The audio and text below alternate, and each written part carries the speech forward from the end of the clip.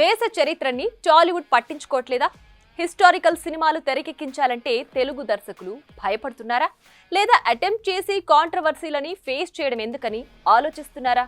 అసలు historical movies పై మన మేకర్ స్ట్రాటజీ ఏంటి? Let's have a look.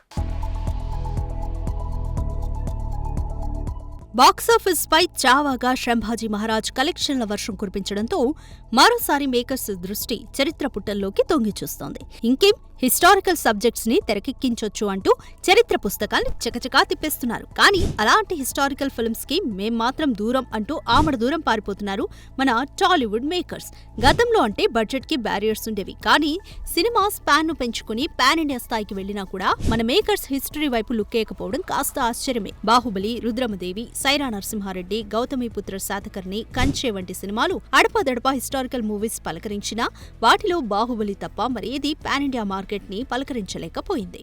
అయితే తెలుగు సినిమా మంచి మార్కెట్ ని క్యాప్చర్ చేయడం, బాలీవుడ్ లో చావా వంటి హిస్టారికల్ ఫిల్మ్స్ కలెక్షన్లని కొల్లగొట్టడంతో మరోసారి టాలీవుడ్ లోనూ అలాంటి సినిమాలు తెరకెక్కించాలంటూ డిమాండ్స్ వినిపిస్తున్నాయి. అయితే మంచి హిస్టారికల్ సబ్జెక్ట్ ని వారియర్ ఎపిక్ స్టోరీలుగా తెరకెక్కిస్తే బానే ఉంటుంది, కానీ తరువాత ఎవరు ఎలా రియాక్ట్ అవుతారో అన్న డైలమాలో పడి వెనకడుగు వేస్తున్నారట మన మేకర్స్.